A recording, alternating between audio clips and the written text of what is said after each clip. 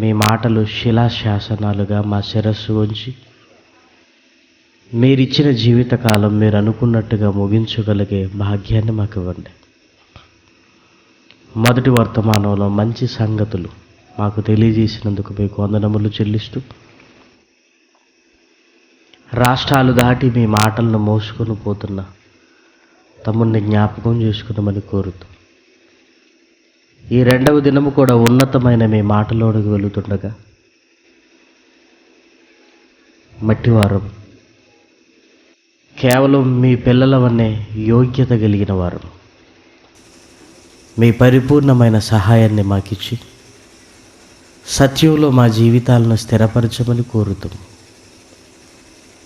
మీ పిల్లల్ని మీ మాటల చేత రేపమని మిమ్మల్ని అర్థిస్తూ క్రీస్తు నామముని ప్రార్థన అడుగుతున్నాం తండ్రి, ఆమేన్.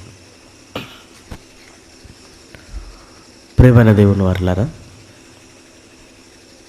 మాయలోకంలో మనిషి వెంత బ్రతుకు అను ఆధ్యాత్మిక సభలకు విచ్చేసిన మీ అందరికీ క్రీస్తు పేర శుభములు తెలుపుతున్నాను. ఈ రెండవ రోజు కూడా మాయలోకంలో మనిషి ఎంత వింతగా ప్రవర్తిస్తున్నాడో, సాతానుడు మనిషిని ఎలా ఆటలాడిస్తున్నాడో, ప్రపంచంపై పెత్తనాన్ని సాధించి మానవ మేధస్సును తన గుప్పిట్లో పెట్టుకొని మనిషిని ఒక జంతువు కంటే హీనంగా మలిచి తాను చెప్పిందే వేదం అన్నట్టుగా దేవుని వైపు చూపులు చూడవలసిన మనిషిని తన వైపే దృష్టి సారించేటట్టుగా చేసి ఒక మహాలోకానికి వెళ్ళవలసిన మనిషిని పాతాళానికి పరుగులు పెట్టిస్తుంది. అందుకే సమాజంలో మనిషి చేస్తున్న ప్రయోగాలు, చేస్తున్న ఆలోచనలు, చివరికి వస్త్రధారణ దగ్గర నుంచి మొదలుకుంటే ఆహార పదార్థాల వరకు సాహసాలంటూ శిఖరాలు ఎక్కడం దగ్గర నుంచి ఏదో వింత వింతలంటూ మనిషి చేస్తున్నవన్నీ విడ్డూరంగానే కనపడుతున్నాయి. ప్రియమైన వారలారా, ఎందుకు మనిషి ఇలా ప్రవర్తిస్తున్నాడో మొదటి వర్తమానంలో నిన్న మనం విన్నాం. ఇక మనిషి ప్రవర్తిస్తున్న విధానంలోనికి మనం వెళ్ళగలిగితే, బైబిల్ అనే ఈ మహాజ్ఞాన గ్రంథంలో వర్తమాన భూత భవిష్యత్తు కాలాలలో అవసరమైన దేవుడు తన మాటల్ని మన కళ్ళ ముందు పెట్టాడు. బైబిల్ అనేది చాలా గొప్పది ప్రియమైన వారలారా. చాలా సామాన్యంగా కనబడుతూ ఏదో మనకు తెలిసిన అక్షరాలతో ఉందని చిన్నచూపు చూడకండి. మనకు అర్థం కాలేదని ఏదో అమాయకంగా బైబిల్లో ఏముందని దయచేసి అనకండి. ఒక్కసారి ప్రయత్నం చేయండి. బైబిల్ మీ కళ్ళ ముందు పెట్టుకొని పరిశోధననే ఆయుధంగా మలుచుకొని అర్థం చేసుకోవడానికి ప్రయత్నం చేయగలిగితే సమాజాన్ని చక్కగా చూపించగలిగిన ఒక మహా దివ్యమైన గ్రంథమే బైబిల్. అందులో పౌలు గారు పరిశుద్ధాత్మ ప్రేరణతో ఆయన రాసిన ఒక అద్భుతమైన మాట ఈ రాత్రి తప్పనిసరి మనం ఆలోచించవలసిన మాట. దయచేసి మీ బైబిల్ తెరిచి గలతీలకు రాసిన పత్రిక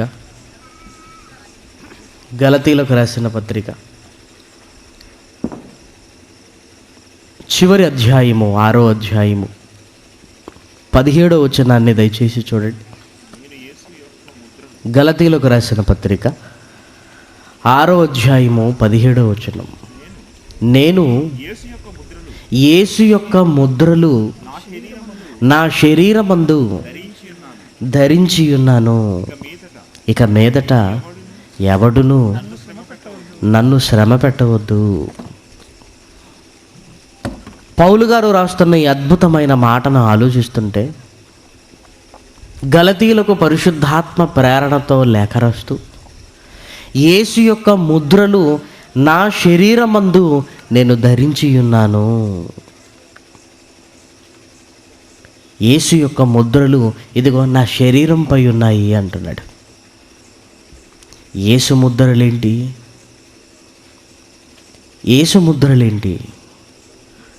యేసు ముద్రలు నేను ధరించి ఉన్నాను అని పౌలు గారు తన శరీరం మీద యేసుక్రీస్తు ముద్రలు ఇదిగో నా శరీరం మీద చూడండి అంటున్నాడు. ఏమంటే పౌలు గారు అనగానే క్రైస్తవ విప్లవంలో ఒక సంచలనం.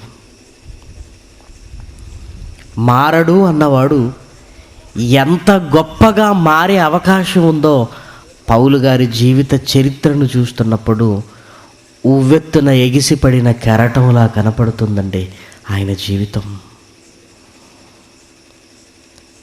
నమ్మనప్పుడు అంతే బలంగా నమ్మకాన్ని లేనివాడుగా కనిపించాడు.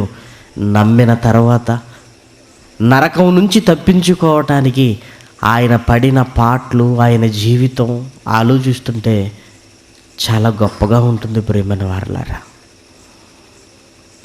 మనిషి మారాడు అనడానికి పౌలు గారి జీవితమే గొప్పగా కనపడుతుంది.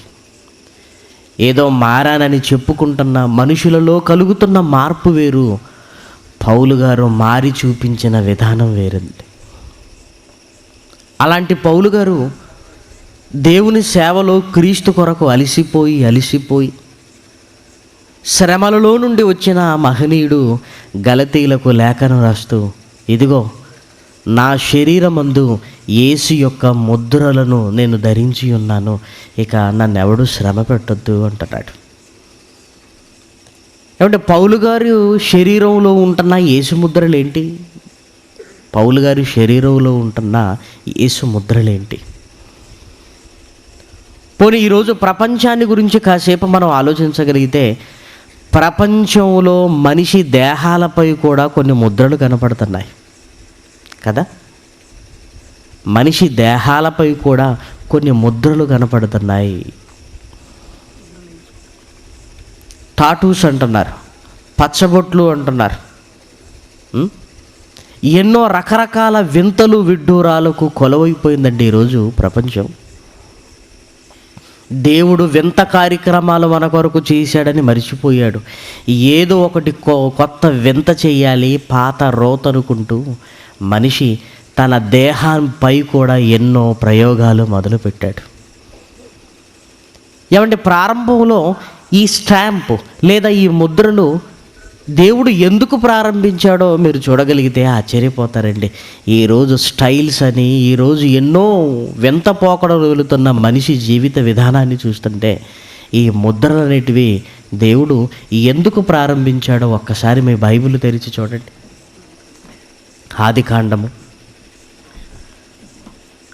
ఆదికాండంలో రాయబడిన ఒక అద్భుతమైన వివరణ చూడండి. ఆదికాండము 4వ అధ్యాయము 13, 14, 15 వచనాలు. ఆదికాండము 4వ అధ్యాయము 13, 14, 15 వచనాలు. అందుకు కయీను, నా దోష శిక్ష నేను భరింపలేనంత గొప్పది. నేడు నేను ఈ ప్రదేశము నుండి నన్ను వెలగొట్టితివి. నీ సన్నిధికి రాకుండా వెలివేయబడి దిగులు పడుచు భూమి మీద దేశ దిమ్మరణయుందును. కావున నన్ను కనుగొను వాడెవడో వాడు నన్ను చంపునని యెహోవాతో అనెను. అందుకు యెహోవా అతనితో, ఎవడైనను కయీనును చంపిన ఎడల వానికి 7 అంతలు ప్రతిదండన కలుగునెను. మరియు ఎవడైనను కయీనును కనుగొని అతన్ని చంపకయుండినట్లు యెహోవా అతనికి ఒక గురుతు వేసెను. శరీరంపై ముద్రేశాడు, స్టాంపు పడిపోయింది. అంటే ప్రారంభంలో శరీరంపై ఈ ముద్రలు వేయించుకునే సిస్టమ్ అనేది దేవుడు ప్రారంభించాడు. ఎందుకు ప్రారంభించాడండి? ఇదిగో ఇతను నేరస్తుడు, ఇతను నేరస్తుడు, ఇతడు నేరస్తుడని మిగిలిన వారికి ఎలా తెలియాలి? మిగిలిన వారికి ఎలా తెలియాలి అంటే దేహంపై ఏదో ఒక ముద్ర ఉండాలి, దేహంపై ఏదో ఒక గుర్తుండాలి. ఏమంటే పురాతన కాలాలలో టెక్నాలజీ అందుబాటు లేని ఆ పురాతన కాలాలలోనికి మీరు వెళ్ళగలిగితే నేషనల్ జియోగ్రఫికల్ ఛానల్లో కానివ్వండి, ఇంకా హిస్టరీ ఛానల్లో కానివ్వండి, అప్పుడప్పుడు పురాతన కాలంలో పరిస్థితుల గురించి మాట్లాడుతూ అప్పుడు నేరం చేసినవన్నీ శిక్షించి వాడు ఒకవేళ మారేంతవరకు ఏం చేసేవారంటే ఇతడు నేరస్తుడు అని ఒక గుర్తు వేసేవారండి. నొసటన ఒక గుర్తు వేసేవారు, లేదంటే శరీరంలో ఒక గుర్తు వేసేవారు. కొన్ని దేశాలలో ఇతడు నేరస్తుడు అని తెలియచేయటానికి చిటికెన వేలును కట్ చేసేవారు. ఎందుకంటే దేహంపై ఎక్కడ వేసినా కవర్ చేసుకునే అవకాశం ఉంటుంది అని నొసటన గుర్తు వేయటాలు, ఇదిగో ఈ చిటికెన వేలును తొలగించటాలు, బొటన వేలు తొలగించటాలు చేసేటివారు. ఏంటి అది గుర్తు, అమ్మో ఇతడు నేరస్తుడు, మనం జాగ్రత్తగా ఉండాలి అని. ఇప్పుడంటే టెక్నాలజీ అందుబాటులో వచ్చింది కనుక రైల్వే స్టేషన్లో ఫోటోలు పెడుతున్నారండి కదా, దొంగలు ఉన్నారు జాగ్రత్త. ఆ ఫొటోస్ను ముద్రించి రైల్వే స్టేషన్లో బస్ స్టాండ్లో పెట్టడం అనేది మనకు తెలుసు. కానీ ఒకనాడు ఈ నేరగాళ్లను ప్రజలు గుర్తుపట్టడానికి నేరగాళ్లకు ముద్ర వేసేవారు, ఒక గుర్తు వేసేవారు. అంటే ప్రారంభంలో ఒక గుర్తు దేహంపై కనబడుతుందంటే ప్రజలు ఏమనుకునేవారు అన్నమాట, ఇతడు నేరస్తుడు అనుకునేవారు. అమ్మో ఇతను నేరస్తుడు, ఇతని పట్ల మనం చాలా జాగ్రత్తగా ఉండాలి, ఇతనితో మనం చాలా జాగ్రత్తగా ఉండాలి. ఇదిగో ఆ గుర్తు కనిపించిందంటే నేరస్తుడు అని. కయీను విషయంలో దేవుడు అదే చేశాడు, ఒక గుర్తు వేశాడు, ఇదిగో ఇతడు నేరస్తుడు. ఈ నేరస్తును జోలికి మీరు వెళ్ళకండి, అలా ప్రారంభంలో దేహంపై ముద్రలు ప్రారంభమయ్యాయి. ప్రియమైన దేవుని పిల్లలారా, అక్కడి నుంచి ఇదిగో ఇప్పటి వరకు ప్రయాణించిన మనిషి జీవిత విధానాన్ని మీరు చూడగలిగితే ఒకరోజు నేరగాళ్లను ముద్రలు వేసి చూపించే విధానం పోయింది. ఈరోజు ఏమైపోయిందో తెలుసా, ఈ ముద్రలు వేయించుకోవటం ఏమైపోయింది, ఫ్యాషన్ అయిపోయింది. ఎన్ని ముద్రలుంటే అంత గొప్పోడు అన్నమాట. చూసారా? ఏమంటే ఈ దేహంపై ప్రియమైన దేవుని పిల్లలారా, ఎవరిచ్చారనుకుంటున్నావు ఈ దేహం? నీది అనుకుని నీకిష్టానుసారంగా మలుచుకోవటానికి ఆలోచిస్తున్న సమాజం ఈ దేహాన్ని దేవుడిచ్చాడనే ఇంగిత జ్ఞానాన్ని మర్చిపోయింది. ఆయన ఎందుకు ఇచ్చాడో ఆలోచన మానేసి దీని మీద ఈరోజు టాటూస్ పేరుతో దేహాన్ని కుళ్ళబొడు చేసుకుంటున్నారు మన దేవుని పిల్లలారా. పచ్చబొట్లు అంటున్నారు. ఏమంటే దేహంపై ఏదో ఒక ఆకారాన్ని తీసుకొని రావటానికి భయంకరమైన సూదులతో దేహాన్ని కుచ్చేసుకుంటూ ఆ వచ్చే నొప్పిని భరించుకుంటున్నారు. ఆ నొప్పే భరించును. విదేశాలలో వింత పోకడలు. శరీరానికి ఏదైనా గాయం అయితే మందు వేసుకోవాలి కదండి, కానీ ఈ శరీరంపై ఏదో ఒక బొమ్మ వేయించుకోవటానికి, ఆ బొమ్మ చిరస్థాయిగా నిలిచిపోవటానికి, ఇదిగో ఆ రంగులు చొప్పించడానికి, ఆ ఆకారం రావటానికి సన్నటి సూదులతో దేహాన్ని పొడుచుకుంటున్నారు. ఏమైందండి మనిషికి? దేహాన్ని పొడుచుకుంటున్నారు. ఏంటిదంటే స్టైల్ అంటున్నారండి, ఫ్యాషన్ అంటున్నారు. దేహాన్ని పాడు చేసుకోవటం ఫ్యాషన్. ఆ ప్రియమైన వారలారా, దేహంపై ఏదో ఒక బొమ్మ చిత్రించుకొని సమాజానికి కనిపించటం గొప్పతనమా? అది ఏమైనా హీరోయిజమా? ఒకప్పుడు విలన్ను చూపించే ఈ సంస్కృతి ఆ తర్వాత హీరోయిజానికి పెట్టింది పేరుగా మారిపోయింది. వింత వింత వ్యాపారాలు పుట్టుకొచ్చాయి, వింత వింత వ్యాపారాలు పుట్టుకొచ్చాయండి. ఇదిగో ఈరోజు టాటూస్ వ్యాపారం అనేది విచిత్రంగా మారిపోయింది. ఎంత విచిత్రంగా మారిపోయిందంటే పిల్లలు తినే బబుల్ గమ్ములో కూడా ఏదో ఒక టాటూ పెడుతున్నాడు. పిల్లలు కూడా ఏం చేస్తున్నారండి, చేతులకు అతికించేసుకుంటున్నారండి. చూసారా, నెమ్మది నెమ్మదిగా చాప కింద నీరులా ఈ విషపు సంస్కృతి ఎలా పిల్లల వరకు వచ్చి వాలిపోయిందో గమనిస్తున్నారా మీరు? వాడికి కూడా ఏదో వెయ్యాలి. అందమైన దేహాన్ని దేవుడిస్తే, ఏమండి, దేవుడిచ్చిన ఈ దేహాన్ని పాడు చేసుకోవడానికి మనిషి ముందుంటున్నాడు. ఒకవైపు దేహాన్ని పాడు చేయటానికి లోపలికి వెళుతున్న మత్తు పదార్థాలు ఎలాగూ ఉన్నవి కదా, అవి సరిపోలేదని బయట నుంచి గాయం చేసుకుంటూ శరీరాన్ని కుల్లబొడుస్తున్నారండి. డాక్టర్లు ఏం చెబుతున్నారో తెలుసా? ఇదిగో ఈ టాటూస్ వల్ల ఎన్నో ప్రమాదాలు రానున్నాయి, అనారోగ్యపరమైన ప్రమాదాలు రానున్నవి, సైడ్ ఎఫెక్ట్స్ ఎన్నో రానున్నవి. ఈ టాటూస్ రంగు వల్ల ఇదిగో దేహంలో చర్మ వ్యాధులు వచ్చే అవకాశం ఉంటుంది. ఇవన్నీ ఆ తర్వాత కాలాలలో అనారోగ్యానికి దారితీసి మనిషి ప్రాణానికి ముప్పు ఉందన్నా ఒక క్షణిక కాలపు సుఖం కోసం ఈ చిన్న జీవితంలో దేన్ని లెక్క చేయని వాడుగా దేహాన్ని అప్పగిస్తున్నాడంటే విచిత్రంగా లేదా? అందుకేనండి మాయలోకంలో మనిషి వింత పోకడా. లేకపోతే ఈ దేహాన్ని ఇవ్వటువంటి ప్రియమైన దేవుని పిల్లలారా, ఒకరోజు దేవుడు వేసిన ముద్ర వీడు నేరగాడు అని సమాజానికి చెప్పటానికైతే సాతానుడు ఏం చేశాడో తెలుసా? నేరగాళ్లకు వేయిస్తావా, దాన్నే ఒక స్టైల్గా మార్చేస్తాను, దాన్నే ఒక ఫ్యాషన్గా మార్చేస్తాను, నువ్వు ఏది చేసినా దానికి వ్యతిరేకంగా మారుస్తాను, నువ్వు సృష్టించిన ఈ లోకాన్ని మాయలోకంగా మలిచేస్తాను. ఇదిగో నీ కుమారుడు అనుకుంటున్న వాడిని ఇదిగో నీకే నేరగాడిగా చూపిస్తాను. నువ్వే కదా ముద్ర వేసింది, ఆ ముద్రను నేను శరీరం మీద వేసి దాన్ని స్టైల్ అని నేర్పిస్తాను. నీకు వ్యతిరేకంగా ఆలోచించటమే నా పని. రింగ్ మాస్టర్ రింగులోకి దిగాడు. మనిషి ఆలోచనలో ఎలా మారిపోయిందంటే ఈరోజు యువత ఆలోచనలు చూస్తుంటేనండి స్టైల్ అంటున్నారు. దాని కొరకు ఎంత త్యాగాన్నైనా చేయటానికి సిద్ధపడుతున్నారు ప్రియమైన దేవుని పిల్లలారా.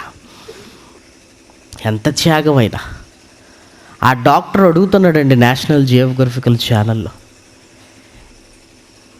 అతను చెప్తున్నాడు, ఇదిగో ఈ బొమ్మ నీ శరీరంపై రావాలి అంటే ఇదిగో విపరీతమైన బాధను అనుభవించాలి, మత్ ఇంజెక్షన్స్ ఇవ్వమంటావా అని అడుగుతుంటే అతను ఏమంటున్నాడంటే, నో, నాకు ఎలాంటి మత్తు అవసరం లేదు, ఈ బాధను నేను భరించాలి. ఎందుకంటే ఈ బాధ నాకు ఈ టాటూస్ వేయించుకున్నప్పుడల్లా ఒక మధురమైన జ్ఞాపకంగా మిగిలిపోవాలి. చూసారా, ఆ ఆకారాన్ని రావటానికి చిన్న చిన్న పదునైన సూదులతో మొనదేలిన వాటితో శరీరాన్ని గాయాలు చేస్తున్నారు శరీరాన్ని గాయాలు. ఇక ఆ గాయం అనేది వెంటనే మాడిపోవటానికి ఏమండి దాన్ని ఏమంటారండి, ఫైర్తో తయారు చేసిన దాన్ని శరీరంపై కాల్చుకుంటూ వెళ్ళిపోతున్నాడండి. ఇలా శరీరాన్ని ముక్కలుగా కోస్తున్నాడు, వెంటనే కాల్చేస్తున్నాడు. ఎందుకు? కాల్చేయగానే అది వెంటనే మచ్చపడిపోవటానికి సిద్ధంగా. ఒకవేళ గీసేసి కోసేసి అలా వదిలేసినా కూడా ఆ బొమ్మ ఏర్పడదు అని వెంటనే ఫైర్తో కాల్చేస్తున్నాడండి. అరుపులు, కేకలు, బాధ భరించలేక ఈ చేతులతో ముందున్న వస్తువులు పగలగొట్టడాలు. ఏమంటే ఎందుకండి చేసేది? నిన్నెవరు వేయించుకోమంటున్నారు? ఆ బాధను ఎవరు భరించమంటున్నారు? ఆ బాధను ఎవరు భరించుకోమంటున్నారు? ఏమండి ఆ టాటూస్ లేకపోతే నీకు జీవితం లేదా? ఏదో ఆకారం నీ శరీరం మీద కనిపించకపోతే నిద్ర పట్టదా? ఎవరు ప్రారంభించారండి ఈ విషపు సంస్కృతి? ఎవరు ప్రారంభించాడు? దేవుడు అందమైన ఆకారాన్ని ఇస్తే చెడగొట్టుకోవాలని ఆలోచిస్తున్న మానవ తలంపులను చూస్తుంటే కాపాడుకోవలసిన దేహాన్ని అలా బలికి అప్పగిస్తున్నారు ప్రియమైన దేవుని పిల్లలారా. బలికి అప్పగిస్తున్నారు. ఈ అందమైన ముఖంపై ఎన్ని టాటూస్ అండి, ఎన్ని టాటూస్. మొహమే కనిపించటం లేదని ఒకడు ఉన్నాడండి. ఒకడు మొత్తం కనుబొమ్మలతో సహా మొత్తం రింగులు పెట్టేసుకున్నాడండి. మొత్తం ఆ ముక్కు ఎక్కడుందో కనిపించటం లేదు.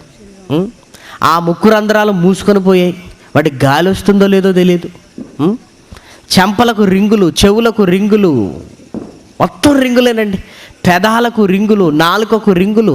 ఏంటంటే స్టైలా అంటే నాలుకకి ఎవడన్నా పెట్టుకుంటాడండి రింగు? నాలుకక ఏంటండి, ఏమైందండి? నాలుకకు తినడానికి ఉపయోగించుకునే నాలుకకెందుకు? తినడానికి ఉపయోగించుకునే నాలుకకెందుకు? ఎవడు ఇంకోడు ఉన్నాడండి, ఇంకోడు ఉన్నాడు. వాడికి చిరుతపులి అంటే మహా ఇష్టం అట. చిరుతపులి దేవుడి మీద ఇష్టం ఉంటుందండి, దేవుడి మీద ఇష్టం ఉంటుంది. చిరుతపులి అంటే మహా ఇష్టం. మరి ఆ ఇష్టం ఏం చేశాడో తెలుసా? ఒంటి మీద ఉన్న బట్టలు తీసేశాడు. చిరుతపులి లాంటి మచ్చలు ముఖానికి నుంచి అరికాలు వరకు వేసేసుకున్నాడు. వీడు కూడా బోన్లో చిరుతపుల్లానే ఉంటున్నాడు, చిరుతపుల్లానే ఉంటున్నాడు. ఏమైంది నీకంటే, చిరుతపులి నాకు చాలా ఇష్టం. చూసారా? దేహాన్ని చిత్రహింసలు చేసుకుంటున్నారు, దేహాన్ని చిత్రహింసలు చేసుకుంటున్నారు.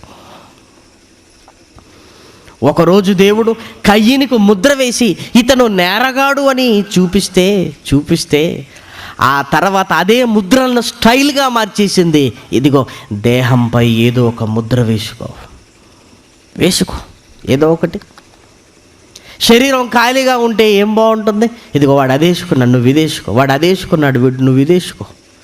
ఏమండి, విదేశాలలో పిచ్చి ముదిరిపోయిందండి. ఇది మన దేశంలో కూడా వచ్చేసిందండి, మన దేశంలో కూడా వచ్చేసింది. చిన్న చిన్న పేరు అక్షరాలు చెక్కుకోవటం దగ్గర నుంచి ప్రారంభిస్తే ఇదిగో దేహాన్నంతా కుళ్ళబొడిచే ఏదో ఒక ఆకారాన్ని పోనీ ఆకారాలు ఏమైనా బాగుంటాయా? అది లేదు. ఒక డ్రాగన్ ఆకారం, ఒక దున్నపోత ఆకారం, ఇవా ఏమనాలి చెప్పండి మనిషిని? దేవుడు ఈ ఆకారాన్ని ఇచ్చింది ఎందుకో, ఈ ఆకారాన్ని ఎలా వాడాలో, ఈ ఆకారం దేవుడి కోసం ఎలా ఉపయోగపడాలో ఎవరికి అర్థమైందంటే, తల్లి గర్భంలో 9 నెలలు ఈ అందమైన ఆకారాన్ని రూపించడానికి ఆయన ఎంత కష్టపడ్డాడో ఎవరికి అర్థమవుతుంది. ఒక దేహం ఉంది కదా అని నాది అనుకుంటూ ఆ దేహాన్ని తీసుకుని వెళ్ళి తన ఇష్టానుసారంగా మలుచుకుంటూ ఆ దేహంతో విచిత్రాలు చేస్తున్న మనిషిని చూస్తుంటే అది దేవుని పనికి సాధనమయ్యా. నీ దేహం అది సాధనం. ఈ శరీరాన్ని దేవుడు నీకు ఇచ్చింది నీ ఇష్టానుసారంగా వాడుకోనమని కాదు. దేవుడు తనకున్న ఆలోచనతో ఈ అందమైన ఆకారాన్ని ఇచ్చి కొద్ది కాలం ఈ భూమి మీదకి పంపించాడు. ఈ దేహాన్ని తన కొరకు నువ్వు వాడుతావని. ఈ దేహంలో ఉంటున్న ప్రతి అవయవాన్ని దేవుడు ఎంతో ఆలోచించి నీ దేహంలో పెట్టాడు. నీ ఇష్టానుసారంగా నువ్వు మలుచుకుంటావని కాదు. ఏమంటే పౌలు గారే రాస్తున్న ఒక అద్భుతమైన మాట చూడండి. కొరంథీలకు రాసిన మొదటి పత్రికలో పౌలు గారు రాస్తున్న ఒక అద్భుతమైన మాటను మీరు చూడగలిగితే, ఒక మంచి మాట రాశాడు. 12వ అధ్యాయము, కొరంథీలకు రాసిన మొదటి పత్రిక 12వ అధ్యాయము 18వ వచనం. అయితే దేవుడు అవయవములలో ప్రతి దానిని తన చిత్త ప్రకారము శరీరములో ఉంచెను. ప్రతి దానిని తల మీదున్న వెంట్రుకల దగ్గర నుంచి కాళ్ళకు పెరిగే గోర్ల వరకు, కాళ్ళ కిందున్న గీతల వరకు ఎంతో ఆలోచించి పెట్టాడు ప్రియమైన వారలారా. ఒక కన్నును నిర్మించేటప్పుడు ఆయనకు ఒక ఉద్దేశం ఉంది, ఒక చేతిని నిర్మించేటప్పుడు ఆయనకు ఒక ఉద్దేశం ఉంది. ఒక నోటిని నిర్మించేటప్పుడు ఆయనకు ఒక ఉద్దేశం ఉంది. ప్రతి దానిని తన చిత్త ప్రకారం అంటే అర్థం ఏంటంటే దేవుడు తన ఇష్టాన్ని అవయవాలతో మనం నెరవేర్చాలన్న ఉద్దేశంతో కదా ఈ ఆకారాన్ని మనకి ఇచ్చింది. ఈ ఆకారాన్ని, చెయ్యికి పనుంది, కాలుకు పనుంది, ఇవన్నీ దేవుని ఇష్టాలు నెరవేర్చాలి. దేవుని కొరకు మన అవయవాలను ఉపయోగించాలి. అందుకేనండి తల్లి గర్భంలో 9 నెలలు తీసుకున్నాడు మహానుభావుడు. 9 నెలలు. 9 నెలల తర్వాత అందమైన ఆకారాన్ని చూసి ప్రపంచం విస్తుపోయింది. ఏంటి ఈ ఆకారం అని. ఆకారాన్ని ఇస్తున్న ఆయనకి ఆలోచన లేదంటావా? ఆయన ఆలోచన పనికిరాదనుకున్నావా? ఈరోజు కాస్త ఎదిగి నువ్వు ఆలోచించే సమయానికి దేవుని ఆలోచన నీకు అర్థం కాకపోతే ఎలా? ఈరోజు దేహంతో మనిషి చేస్తున్న సాహసాలను చూస్తుంటే ఏమండి, ఎందుకు ఈ దేహాన్ని దేవుడిచ్చాడో ఇంకా అర్థం కాలేదనిపిస్తుందండి. ఎందుకండి మచ్చలు అవసరమా? మనిషి వింత పోకడలు గమనించిన దేవుడు లేవియా కాండంలోనే రాసిన ఒక అద్భుతమైన మాట చూడండి. లేవియా కాండం 20వ అధ్యాయంలో ఒక అద్భుతమైన మాటను దేవుడు ముందుగానే రాశాడండి. 19వ అధ్యాయం 28 చూడండి. లేవియా కాండం 19వ అధ్యాయము 28వ వచనం. చచ్చిపోయిన వారి కొరకు మీ దేహమును చీరుకొనకూడదు, పచ్చబొట్లు, టాటూస్ మీ దేహంపై కనపడకూడదు. వద్దు, అవన్నొద్దు. నేను ఎందుకు దేహాన్ని ఇచ్చానో ఆలోచించు. ఈ దేహాన్ని నాకు ఎలా ఉపయోగించాలో ఆలోచించు. ఇవన్నీ నీకు సరిపడదు. ఒక రోజులండి వేసుకునే వస్త్రధారణలో స్టైల్ అన్నాడు. వస్త్రం మీద ఏదో ఒక బొమ్మ వేసుకున్నాడంటే పోనీలేదు, కానీ వస్త్రాలు తీసేసి దేహం మీద పచ్చబొట్లు పొడిపించుకుంటున్నాడంటే చూసారా? చర్మం. ఆ తర్వాత వచ్చే రోగాలకు, ఆ తర్వాత వచ్చే అనారోగ్యానికి ఎవరు బాధ్యులు? దేవుడు కొరకు ఎంతో కాలం బ్రతకవలసిన నువ్వు ఈరోజు యవన దశలో ఏదో ఉన్నావని ఇదిగో ఈ చెత్త పనులు చేస్తుంటే నీ ఆరోగ్యం ఏమైపోవాలి? దేవుడు నీ మీద కన్న కలలు ఏమైపోవాలి? దేవుడు ఈ దేహాన్ని ఎందుకు ఇచ్చాడో నీకెప్పుడు అర్థం అవ్వాలి? చచ్చే ముందు అర్థమైతే ఏమైనా సుఖం ఉందా? ఎప్పుడండి? బైబిల్లో ఎప్పుడు?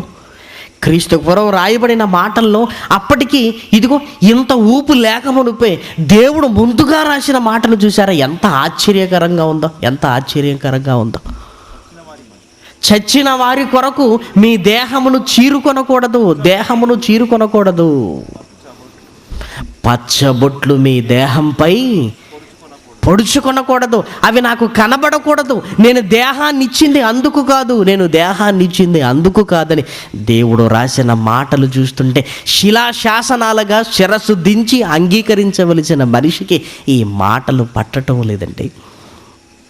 చదివేస్తే ఉన్నమతి పోయినట్టు మనకంటే ముందు క్రైస్తవులైనా ఆ విదేశాలలో ఉంటున్న వారికండి అసలు మతే లేనట్టుగా ఈరోజు ప్రవర్తించటం చూస్తుంటే వాళ్ళను చూసి ఈరోజు అవే పోకడలతో ఈరోజు ప్రపంచం ఊరేగుతుంది. ప్రియమైన దేవుని పిల్లలారా, శరీరంపై మచ్చలు వేయించుకొని నువ్వేం సాధిస్తావు? దాని కొరకు ఆ బాధను భరించి నువ్వు సాధించేది ఏముందండి? ఆ బాధలను భరించి నువ్వు సాధించేది ఏముంది చెప్పండి? అంత బాధను ఎందుకు భరించాలనుకుంటున్నావు? నీ దేహాన్ని ఎందుకు కాల్చుకుంటున్నావు? నీ దేహాన్ని ఎందుకు చీరుకుంటున్నావు? నీ దేహంపై ఎందుకయ్యా ఈ బొమ్మలు అవసరమా? నెమ్మదిగా చిన్న పిల్లలకు కూడా ఈ జబ్బు అంటించారు. ప్రియమైన దేవుని పిల్లలారా, పిల్లల చేతుల్లో చూసినా ఏదో ఒక స్టిక్కర్ లాంటిది తీసుకొచ్చాడు. అదే అలవాటైవాడు పెరిగి పెద్దవాడైతే ఏమనుకుంటాడో తెలుసా? ఈ వచ్చి వెళ్ళిపోయి ఈ స్టిక్కర్లు కాదు, నా దేహం ఇది ఉండాలి అనుకుంటాడు. చిన్ననాటి నుంచే ఎలా మనుషులను చెరిచేస్తుందో చూసారా?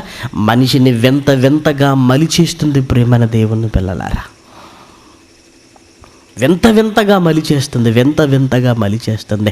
ఆ సందర్భాలను చూస్తుంటేనండి, ఆ గాయాలవుతున్న ఆ దేహాన్ని చూస్తుంటే, ఆ సూది మొనతో ఆ దేహాన్ని చీరుతున్న సందర్భాలను చూస్తుంటే, ఆఫ్టర్ ఆల్ దేవుడు కొరకు చిన్న బాధను భరించలేని మనిషి ఏమంటే తన కొరకు ఎంత బాధనైనా భరిస్తాడనమాట. దేవుడిచ్చిన ఈ ఆకారాన్ని దేవుడు కొరకు కష్టపడవలసిన మనిషి, దేవుడు కొరకు వాడవలసిన మనిషి, దేవుడు కొరకు అలా చీరుకోమ్మంటే చీరుకుంటారా? దేవుడు కొరకు అయినా దేవుడు చీరుకొమ్మనో ఏదో చేయమని చేయలేదండి. ఆయన ఎంత మంచివాడో తెలుసా? ఉపవాసం ఉంటూ మన దేహాన్ని ఒకవేళ అనారోగ్యానికి గురి చేసుకుంటానేమో అని ఆయన ఏమన్నాడో తెలుసా? ఇదిగో నా కోసం ఉపవాసం ఉంటున్న మీరు దేహాన్ని బాధపరుచుకోవటం ఇదేనా? ఆ రోజైనా మీరు దేహాన్ని బాధపరుచుకునేది? మీ దేహాన్ని ఎందుకు బాధపరుచుకుంటారని ఆయన ప్రేమ కలిగిన మాటలతో, ఏమంటే అంత బాధను ఆయన ఏం కోరుకోలేదండి మన నుంచి. మనుషుడు బాధపడవలసిన దినం అట్టిదేనా అన్నాడండి యెషయా గ్రంథం 53వ అధ్యాయంలో. అంటే మన ఉపవాసం చేత అనారోగ్యంలో కూరుకొని పోవటం కూడా దేవుడికి ఇష్టం లేక అలా చేయకండి నాయన. నా కొరకు మీరు శరీరాన్ని ఎందుకు బాధపరుచేసుకుంటున్నారు అంటే ఆయన అర్థం ఏంటో తెలుసా? నా పని కొరకు ఏదైనా జరిగితే చాలు, ఏదో నా కోసం అన్నట్టుగా ఎందుకు చేసుకుంటున్నారు? నేను ఇచ్చిన ఆకారంలో మీరు ఆరోగ్యంగా ఉండండి. ఆయన ప్రేమను చూస్తుంటే దేవుడు ఏదో చిన్నది చేయమన్నా మనిషి ఆలోచిస్తున్నాడే కానీ, ఈరోజు ఒక మంత్రగాడిగా, ఒక తంత్రాలను కల్పించి, ఒక మాయలోడు చెప్పిన మాటలు విని దేహాన్ని ముక్కలుగా నడిపించేసుకుంటున్నారండి. విదేశాల్లో ఉన్న ఒక ఆవిడకండి ఈ 2 కాళ్ళు తీసేసుకొని వీల్ చైర్లోనే ఉండాలని ఇష్టం అంటండి ఆమెకి. ఈ 2 కాళ్ళు కత్తిరించుకొని వీల్ చైర్లోనే ఉండాలి, ఆమెకి ఇష్టం అది. డాక్టర్ దగ్గరికి వెళ్ళింది, నా 2 కాళ్ళు తీసేయండి అంది. అటువైపు కాలు పోయినోడో కాలు పెట్టించుకోవాలనుకుంటున్నాడు, ఉన్న కాళ్ళు ఇవే రెండింటిని తీసేయండి. డాక్టర్ గారు బాగా ఖర్చు అవుతుందమ్మా అనేసరికి, అమ్మో ఖర్చు కాకుంటే బాగుండు అని అప్పటి నుంచి ఏం చేయడం ప్రారంభించిందో తెలుసా? కాళ్ళు లేనట్టే ఊహించుకుంటూ వీల్ చైర్లోనే కూర్చుంటుంది, వీల్ చైర్లోనే తింటుంది, వీల్ చైర్లోనే పడుకుంటుంది, వీల్ చైర్లోనే అన్ని చోట్లకు వెళుతుందండి. కాలు లేనట్టే ఊహించుకుంటుంది. ఎందుకమ్మంటే ఈ కాళ్ళకు నాకు పని లేదు గనక కొన్ని రోజులకి ఈ కాళ్ళు ఎలాగూ చచ్చుబడిపోతాయి, పైసా ఖర్చు లేకుండానే నా కోరిక తీరిపోతుంది. ఆహా, పైసా ఖర్చు లేకుండే ఈ కాళ్ళకు పని లేదు, పని లేకపోతే చచ్చుబడిపోతే పైసా ఖర్చు లేకుండానే నా కోరిక తీరబోతుంది, నేను వీల్ చైర్లోనే ఉండబోతున్నాను. ఏంటండి ఇదంతా? దేహాన్ని దేవుడు ఇచ్చినది ఎందుకో ఏ రోజైనా ఆలోచించని వీళ్ళు ఉన్న దేహాన్ని దేవుడు కొరకు రావటం లేదు. ప్రేమన దేవుని పిల్లలారా, పచ్చబొట్లు వద్దు అన్నాడు, గాయాలు వద్దు అన్నాడు. గాయాలే వద్దంటే అవయవాలే తీయించుకునే స్థితిలోనికి వెళ్ళిపోయిందండి ఈరోజు ప్రపంచం. మాయ కాకపోతే మరేంటి? పిచ్చి కాకపోతే మరేంటి? ప్రియమైన దేవుని పిల్లలారా, ఉన్న 2 కాళ్ళు తీయించుకుంటానంటుందేంటి? ఎందుకు ఇలా సమాజం మారిపోతుందో ఇప్పుడు ఆలోచించండి. ఎవరైనా కాళ్ళు తీసుకోవాలనుకుంటారా? అనుకుంటుంది. మరి ఎందుకు ఇలా అనుకుంటుంది? మనిషిలో వింత ఆలోచనను కలిగించి దేవుడికి దూరం చేయటానికి సాతాను పన్నిన వలలో చిక్కుకొని పోయిందండి ఈరోజు మానవ సమాజం. ఎప్పుడో లేవియా కాండంలో రాసిన మాటలు చదువుకొని సమాజానికి ముందే తెలుసుంటే దేవుడు హెచ్చరిస్తున్నాడు, గాయాలు చేసుకోవద్దంటున్నాడు, పచ్చబొట్లు వేయించుకోవద్దంటున్నాడు అని దేవుని మాటలు ముందుగా వినుంటే బాగుండు. ప్రియమైన దేవుని పిల్లలారా, ఈరోజు సమాజం చెడిపోయిన సమాజానికి ఇదిగో దేవుని మాటలు ఎంత అవసరమో చూడండి. ఒకవైపు సమాజం ఇంత వింతగా పిచ్చిగా ప్రవర్తిస్తుంటే పౌలు గారు మాత్రం ఏమంటున్నాడో తెలుసా? గలతీలకు రాసిన పత్రిక 6వ అధ్యాయము 17వ వచనంలో పౌలు గారు మాట్లాడుతున్న మాట చూడండి ప్రియమైన వారలారా. నేను యేసు యొక్క ముద్రలు నేను యేసు యొక్క ముద్రలను శరీరమందు నా శరీరమందు ధరించి ఉన్నాను. నేను ధరించి ఉన్నాను. యేసు యొక్క ముద్రలు అన్నాడు. అంటే యేసుక్రీస్తు శరీరం మీద కూడా ముద్రలు ఉన్నాయా? యేసు యొక్క ముద్రలు, యేసు శరీరం మీద కూడా ముద్రలు ఉన్నాయా? ఆయన ఏమన్నా పచ్చబొట్లు పొడిపించుకున్నాడా? లేదే. మరి యేసు యొక్క ముద్రలు అంటున్నాడేంటి? యేసు యొక్క ముద్రలు అంటున్నాడు. యేసు యొక్క శరీరంపై ఉన్న గురుతులు అంటున్నాడేంటి?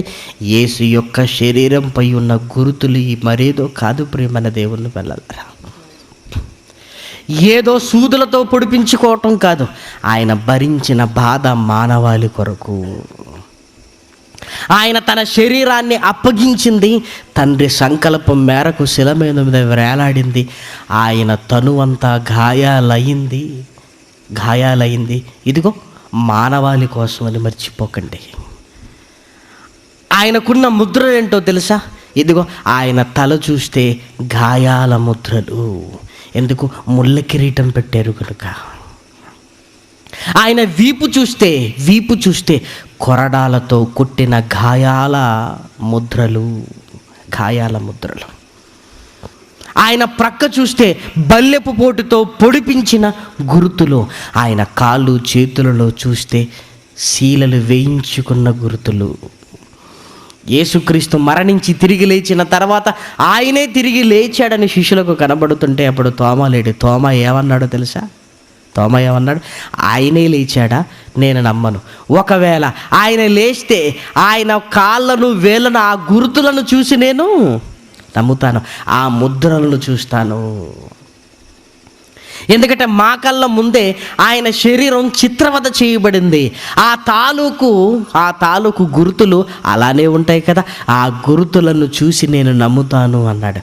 అప్పుడు తోమా, ఇదిగో రా, నా చేతుల్లో వేలు పెట్టి చూడయ్యా, నా ప్రక్కలో వేలు పెట్టి చూడు, అవిశ్వాసివి కాక విశ్వాసిగా ఉండు అన్నప్పుడు ఆ గుర్తులు చూసిన తోమా, ప్రభువా నా దేవా అని యేసుక్రీస్తును చూసి, అయ్యో ఆయన దేహాన్ని గుర్తుపట్టి ఆయన గుర్తులను చూసి తల్లడిల్లిపోయాడండి తోమా. ఒక దేహం శిలువ మీద నలిగిపోయింది ప్రియమైన దేవుని పిల్లలారా. ఎందుకు? సర్వమానవాళి పాపాల కొరకు తండ్రి సంకల్పం మేరకు ఈ భూమి మీదికి వచ్చిన మహనీయుడైన క్రీస్తు తల్లి గర్భంలో 9 నెలలు ఆకారాన్ని తెచ్చుకున్నాడు. ఆ ఆకారాన్ని భూమి మీదకి వచ్చిన తర్వాత ఆ ఆకారాన్ని దేవునికి ఇస్తున్నాడు. దేవుడు కొరకు బాధపడుతున్నాడు. ఆయన దేవుడు కొరకు మరణించడానికి వెళుతున్నాడు. దేవుడు కొరకు ఇదిగో కొరడాలతో కొట్టించుకోవడానికి వెళుతున్నాడు. చూసారా? అందుకే యేసు తన దేహాన్ని గురించి చెప్పిన మాటలు మనం చూడగలిగితే దేవా ఇదిగో నీ ఇష్టము నా దేహము ద్వారా నెరవేర్చుటకే ఈ భూమి మీదికి నేను వచ్చాను అన్నాడు. హెబ్రీయులకు రాసిన పత్రిక 10వ అధ్యాయము 7వ వచనాన్ని చూడండి. 10వ అధ్యాయము 5 నుంచి 7 వచనాలలో ఉంటున్న సారాంశం. కాబట్టి ఆయన ఈ లోకమందు ప్రవేశించినప్పుడు ఇలాగు చెప్పుచున్నాడు, బలియు అర్పణయు నువ్వు కోరలేదు కానీ నాకొక శరీరమును అమర్చితివి, పూర్ణ హోమములు పాప పరిహారార్థ బలులను నీకిష్టమైనవి కావు. అప్పుడు నేను గ్రంథపు చుట్టలో నన్ను గురించి వ్రాయబడిన ప్రకారం నీ ఇష్టము అన్నాడు. ఆయన ఇష్టం ఏంటి? శిలువ మీద మరణించాలి. ఆయన ఇష్టం ఏంటి? యెషయా గ్రంథంలో రాయబడిన మాట, ఆయనను నలగగొట్టుటకు దేవునికి ఇష్టమాయను, నలిగిపోవాలి ఒక దేహం. దేవుడిచ్చిన ఆకారాన్ని దేవుడు కొరకు శిలువ మీద ఆయన పొందిన దెబ్బలు, ఆయన పరిస్థితి చూస్తుంటే యేసు ముద్రలంటే ఏమనుకుంటున్నారు ప్రేమన దేవుని పిల్లలారా? ఆయన మీద పడిన ప్రతి గాయం ఒక ముద్రగా పడిపోయింది. యేసుక్రీస్తు మరణించి తిరిగి లేచిన తర్వాత ఆ దేహాన్ని చూసిన తోమా విశ్వాసిగా మారిపోయాడు యేసు యొక్క ముద్రలను చూసి. ఏమంటే పౌలు గారు కూడా యేసుక్రీస్తు మరణ సమాధి పునరుత్థానములను గురించి బలంగా నమ్మినవాడుగా, మరణించి తిరిగి లేచాడని, యేసుక్రీస్తు శిలువ మరణాన్ని పునరుత్థానాన్ని నమ్మినవాడుగా, నాకు కూడా ఏ విధము చేతనైనను మృతుల పునరుత్థానము కలగవలననే ఆలోచన కలిగిన వాడై, ఇప్పటి వరకు గాయాలు చేసిన నేను ఇదిగో నా కొరకు గాయమైన యేసు దేహంలో ఉంటున్న ముద్రలను ఇదిగో నా శరీరమందు నేను ధరించుకొని ఉన్నాను.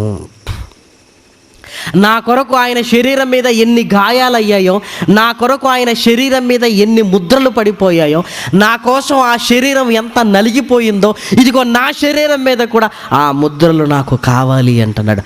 ఆ ముద్రలు నాకు కావాలంటే ఆయన కొరకు నా శరీరం కూడా నలిగిపోవాలని దేవుని కొరకు ముందుకొస్తున్న ఒక పౌలును చూడండి ప్రేమన దేవుని పిల్లలారా.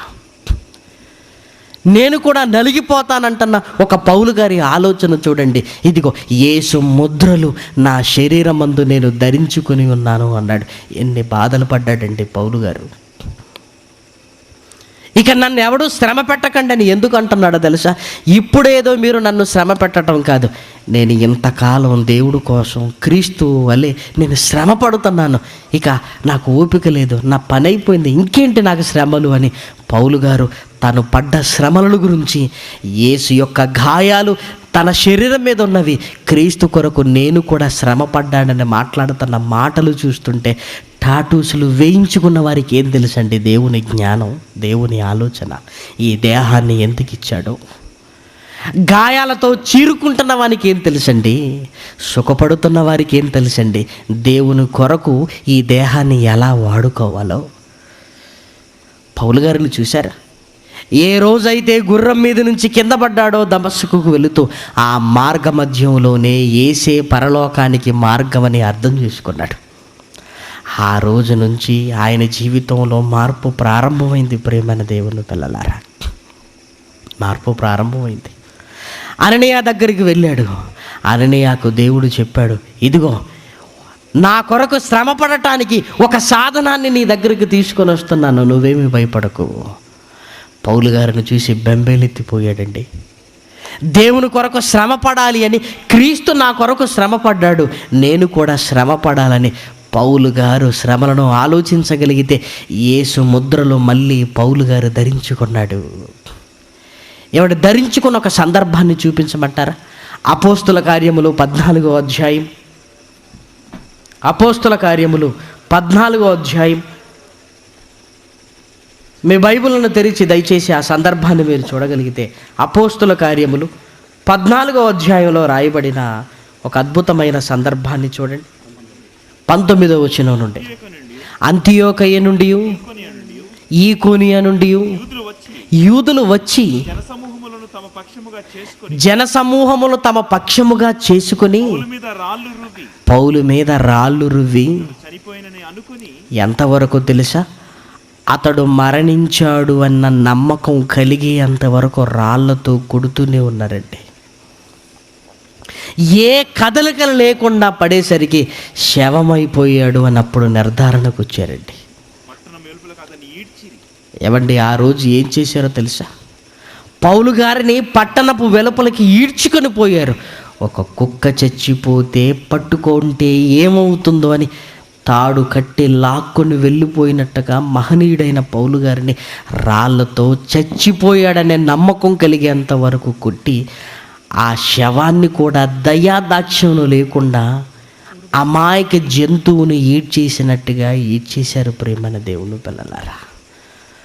ఆయన శరీరానికి ఎన్ని గాయాలైనాయో చెప్పండి. ఈడ్చుకొని పోతుంటే ఆయన శరీరంపై ఈ చర్మం ఎలా చీరుకొని పోయిందో చెప్పండి ప్రేమైన దేవుని పిల్లలారా. ఆ మచ్చలు పౌలు గారి దేహంలో లేవనుకుంటున్నారా? పెళ్ళోడి గిచ్చితేనే ఆ తర్వాత మచ్చపడుతుందండి ఈ దేహం పైన. గిచ్చితేనే, గట్టిగా పెళ్ళోడు గిచ్చితేనే అక్కడ గిచ్చాడనటానికి మచ్చపడుతున్న ఈ దేహంపై ఈడ్చుకొని పోయారు, రాళ్లతో కొట్టారు. రాళ్లతో చావటానికి కొట్టేటప్పుడు ఎలా కొడతారు చెప్పండి? చావాలి అని కొట్టేటప్పుడు ఎంత గట్టిగా రాళ్లతో కొడుతుంటే పౌలు గారి చర్మం మీద ఒక్కొక్క ముద్ర పడుతుంది ప్రియమైన దేవుని పిల్లలారా. ఎవరి కొరకు? ఎవరి కొరకు? సువార్త ప్రకటించడానికి ఆయన దేహం ఎలా నలిగిపోయిందో చూసారా? మహనీయుడు తల దాచుకొని కాళ్ళను తల దగ్గరికి తెచ్చుకొని విలవిలలాడిపోతున్నప్పుడు, ఒక్కొక్క రాయి పడుతున్నప్పుడు, ఇక కదలలేక స్పృహ కోల్పోతే చచ్చాడ్రా అనుకుంటూ ఈడ్చుకొని వెళ్ళిపోతున్నప్పుడు, ఆ గాయాలు తగ్గిన తర్వాత ఒంటి నిండా ముద్రలేనండి పౌలు గారికి. ఒంటి నిండా ఆయన పడిన గాయాలు తాలూకు మచ్చలు, ప్రియమైన దేవుని పిల్లలారా. ఇవి పుట్టు మచ్చలు కాదు, దేవుడు కొరకు పడిన వేసుకున్న మచ్చలు లాంటివి ప్రియమైన దేవుని పిల్లలారా. ఆయన బాధలు ఏంటనుకుంటున్నారు?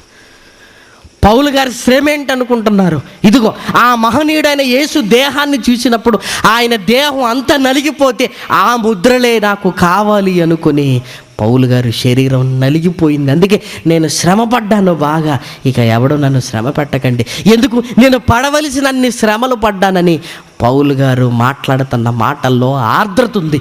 దేవుని కొరకు ఈ దేహాన్ని ఇవ్వాలన్న బలవంతం ఉంది. దేవుడు కొరకు ఈ దేహం ఏమైపోయినా పర్వాలేదన్న తెగింపు ఉందండి పౌలు గారు మాటల్లో. దేవుడిచ్చిన దేహాన్ని దేవుడు కొరకు ఇవ్వవలసిన ఈరోజు సమాజం ఏమండి స్టైల్ కోసమా, ఫ్యాషన్ కోసమా? 10 మందిలో నువ్వు కనబడాలనుకుంటున్నావా? 10 మందిలో నువ్వు కనబడాలనుకుంటున్నావా? 10 మందిలో ఆకర్షణగా ఉండాలనుకుంటున్నావా? దేవునికి కనబడవా? దేవునికి కనబడవా? ఒక యేసుకు లేని ఆలోచన మనకెందుకండి? ఒక యేసుక్రీస్తుకు లేని ఆలోచన మనకెందుకు? ఆయన దేహం ఎలా అయిపోయిందో తెలుసా? సొగసైనను సురూపమైన ఆయనకు లేదు, లేదు, లేదు. ఎందుకు? అందవికారంగా పుట్టాడని కాదు, అందమంతా పోయింది, అందమంతా పోయింది. ఏమంటే యేసుక్రీస్తు కష్టపడిన కష్టం ఒక పౌలు గారిని కదిలించింది ప్రియమైన దేవుని పిల్లలారా, కదిలించింది. ఒక్కసారి మన దేహాన్ని చూసుకుంటే ఏమండి, ఇది చూడగానే దేవుడి కొరకు అనుభవించిన బాధని ఏ గుర్తైనా ఉందండి మనకి? ఏ గుర్తైనా ఉందండి? పలానా సెమినార్లోనండి అప్పుడు ఇక్కడ గాయమైందండి దేవుని పని చేసేటప్పుడు, ఆ స్టాంప్, ఆ ముద్ర ఏమన్నా ఉందా? ఉందా? వంట చేసుకున్నప్పుడు కాల్చుకున్నవి, మెట్ల కింద పడిపోయినవి ఎన్నో మచ్చలు ఉన్నాయి మనకి ఈ ముద్రలు ఉన్నాయండి మనకి కదా. సైకిల్ నేర్చుకునేటప్పుడు సైకిల్ మన మీద పడేసుకున్నది, బండి ఇంకొకటి గుద్ది ఆ తర్వాత స్టాంప్ వేయించుకున్నది, ఇలాంటివి ఎక్కువైపోయాయి మనకి. దేవుని పనిలో ఇదిగో నలిగిపోతున్న శరీరాలవి ఎంతమంది ఉన్నవి చెప్పండి ప్రియమైన దేవుని పిల్లలారా. సాతానుడు ఎలా మాయ చేశాడో చూసారా? ఇదిగో ఈ దేహాన్ని దేవుడి కోసం కాదు, ఇదిగో నీ ఇష్టానుసారంగా 10 మందికి కనిపించాలి, 10 మంది చూపు నీ మీద పడాలంటే నువ్వు ఆకర్షణగా ఉండాలి. ఆ ఆకర్షణ నీకు తెచ్చేది ఏంటో తెలుసా? టాటూస్. ఆ తర్వాత అనారోగ్యం, ఎప్పుడో వచ్చే అనారోగ్యం గురించి ఇప్పుడు ఎందుకు అంత టైం వేస్ట్ కదా? ఎప్పుడో వచ్చే దాని గురించి ఇప్పుడు ఎందుకు? ఇప్పుడే వేయించుకో, ఈ కాలుకి వేయించుకో, ఆ కాలుకి వేయించుకో, మొహం మీద వేయించుకో, గుండు గీకేసి ఆ గుండు మీద వేయించుకో. స్థలం లేనట్టు అండి గుండు గీయించి గుండు మీద కూడా టాటూస్ అండి. అబ్బా, ఏమండి ఈ గుండు మీద ఓల్డ్ మ్యాప్ అట. గ్లోబ్ మీద ఉంటే బాగాలేదా? నీ గుండు మీద ఉంటే బాగుంటుందా? ఓల్డ్ మ్యాపా ఇక్కడ? ఏంటండి అసలు? దేవుడు కొరకు పని చేయవలసిన ఈ ఆకారాలు ఎలా మారిపోతున్నాయో చూసారా? ఎలా లోకంలో ఎంత కష్టమైన భరిస్తున్న మనిషి, కొయ్యటానికి కూడా ఇష్టపడి దేహాన్ని అప్పగిస్తున్న మనిషి దేవుని వాక్యాన్ని, దేవుడు కొరకు ఈ శరీరాన్ని ఏమైనా ఇస్తున్నాడా? ఆయన ఇచ్చిన శరీరాన్ని ఆయనకే ఇవ్వకుండా మారిపోయాడండి. ఆయన ఈరోజు మనల్ని రాళ్లతో కొట్టేది ఎవరండి? పౌలు గారి కాలంలో రాళ్లతో కొడుతున్నప్పుడు ఈరోజు ఆ స్థితి లేదు. అంటే అప్పటితో పోలిస్తే మెరుగైన పరిస్థితుల్లో ఉన్న ఈరోజు దేవుడి కోసం మనిషి రావటానికే ఆలోచిస్తున్నాడంటే మనిషిని ఏమనాలో చెప్పండి ప్రియమైన దేవుని పిల్లలారా. అందుకే అన్నాడండి యోబు గ్రంథంలో, వారు మాయ క్రింద దాగి ఉన్నారు, మాయయే వారికి ఫలమగును. వారు మాయ క్రింద ఉన్నారు, అందుకే అలాంటి ఆలోచనతో ఉన్నారు. దేవుని క్రింద ఉంటే బాగుండు, ఈ దేహాన్ని దేవునికి ఇవ్వాలి, ప్రతి అవయవాన్ని దేవుడి కొరకు ఉపయోగించాలన్న ఆలోచన కలిగేది. మాయ క్రింద ఉంటున్న మనిషి ఇలా వింతగా మారిపోతున్నాడు ప్రేమైన దేవుని పిల్లలారా.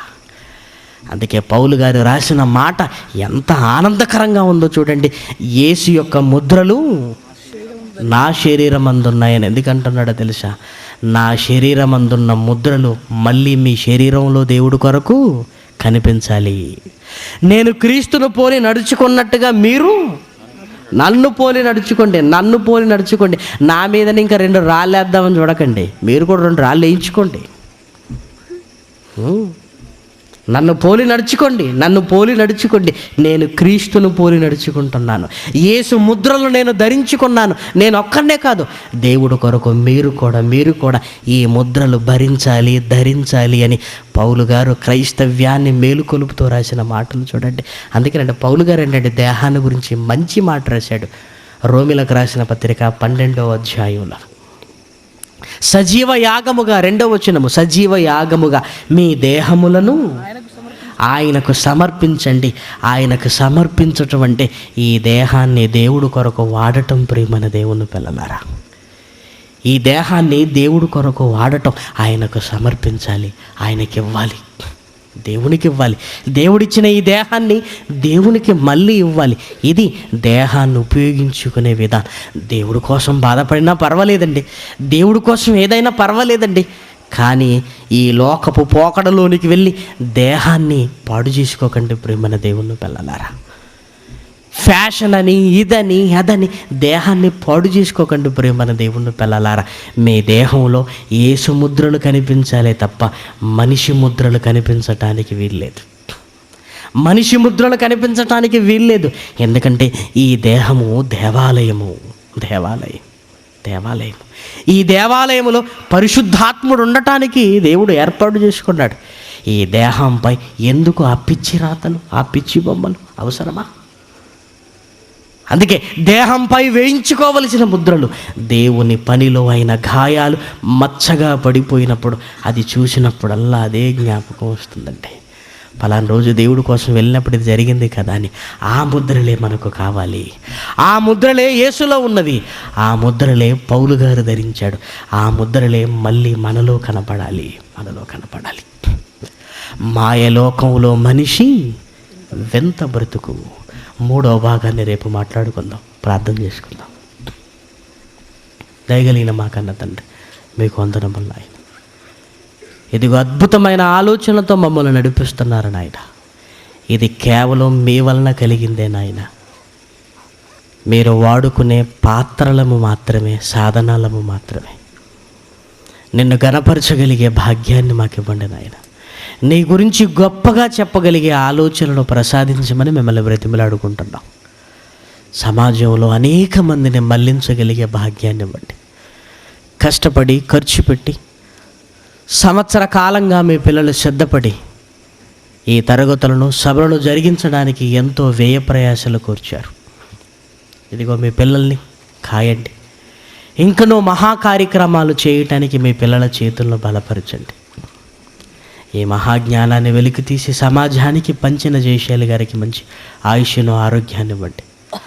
నవంబర్లోనైనా హైదరాబాద్లో హెచ్ఎంటీ గ్రౌండ్లో జరగనై ఉంటున్న మనిషి మాయ అనే సభలను జయకరంగా జరిగించండి. జయశాలి గారికి మంచి ఆరోగ్యాన్ని ప్రసాదించండి. అనేక మంది మీ వైపు మళ్ళగలిగే నాయన గొప్ప సాధనంగా ఈ ప్రపంచ వేదికపై మీకు నిలబెట్టినందుకు మీకు వందనములు చెల్లిస్తున్నా. కష్టపడుతున్న రానున్న ప్రతి ఒక్కరిని నాయన బలమైన పాత్రలుగా మీ కొరకు వాడుకొనమని మిమ్మల్ని బ్రతిమలాడుకుంటున్నాం. ఇంకను ఈ సత్యం కొరకు ఎక్కడైనా పోరాడుతున్న మీ పిల్లలందరినీ జ్ఞాపకం చేసుకోండి. ఈ అంత్యకాలాలలో అనేక మందిని లేపండి నాయన. మీ మాటలు ఉన్నతంగా సమాజానికి అందించగలిగే మహద్భాగ్యాన్ని మీ పిల్లలకు ప్రసాదించండి. ఇక్కడ వాక్యం నేర్చుకుంటున్న ప్రతి ఒక్కరూ వారి వారి ప్రాంతాలలోనికి వెళ్ళి మీ కొరకు స్తంభాలుగా అనేక మందిని నిలబెట్టేవారుగా మలసమని మిమ్మల్ని బ్రతిమలాడుకుంటున్నాం. రేపటి దినం కూడా మాకు తోడుగా ఉండండి. ఈ దినం అలసిపోయిన మీ పిల్లలకి నాయన చక్కటి విశ్రాంతిని ప్రసాదించండి. ఇంకను మీ దయగలిగిన ఆలోచనలతో మమ్మల్ని నడిపించమని కోరుతూ నరసరావుపేటలో జరగనంటున్న సభలను గురించి మీ పాదసన్నిధిలో మొరపెడుతున్నాను నాయన. లక్షలాది రూపాయలు మీ పిల్లలు వ్యయం చేస్తుండగా తండ్రి, కొద్దిమంది నాయన మీ ఆలోచనలకు తీసుకొని రాగలిగే భాగ్యాన్ని మాకు ఇవ్వండి నాయన. మీరుంటే ఏమైనా చేయగలమన్న నమ్మకం కలుగుతుంది నాయన. మీరు లేకపోతే నాయన మేమేమీ చేయలేము నాయన. మీరుండాలి నాయన. మీ ఆదరణ, మీ కనికరం మా పట్ల చూపండి నాయన. ఇదిగో దూర ప్రాంతాల నుంచి వచ్చిన మీ పిల్లలందరికీ మంచి ఆరోగ్యాన్ని ఇవ్వండి. మీ పిల్లల కోసం ప్రతి క్షణం వండి వారుస్తున్న మీ పిల్లల్ని జ్ఞాపకం చేసుకోండి. ఇంకా అనేకమైన పనుల్లో ఉంటున్న మీ పిల్లలందరినీ జ్ఞాపకం చేసుకోండి.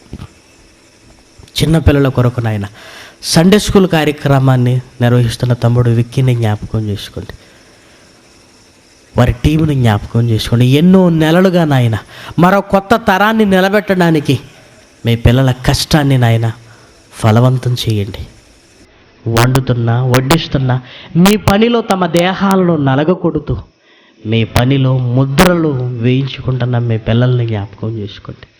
మళ్ళీ ఈ పని మాకు ఎప్పుడు వస్తుందో నాయన, ఈ అదృష్టం పోతే మాకు రాదు నాయన, మళ్ళీ సంవత్సరం ఆగాలి. అందుకే కాలం ఉండగానే మీ కొరకు పని చేయగలిగే మంచి భాగ్యాన్ని మాకు ఇచ్చినందుకు మీకు వందనములు చెల్లిస్తాం. ఈ దినము మాతో కూడా ఉండి జయకరంగా జరిగించినందుకు కృతజ్ఞతాస్తుతులు చెల్లిస్తాం.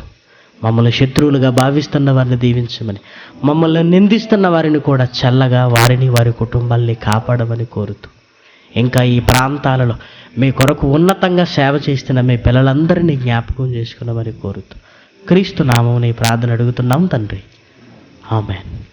మన తండ్రి అయిన దేవుని ప్రేమ, కుమారుడైన యేసుక్రీస్తు కృప, పరిశుద్ధాత్మని అన్యోన్యమైన సహవాసము ఇప్పుడును ఎల్లప్పుడూ సదాకాలము కూడి వచ్చిన మనందరికీ తోడై ఉండును గాక. ఆమేన్.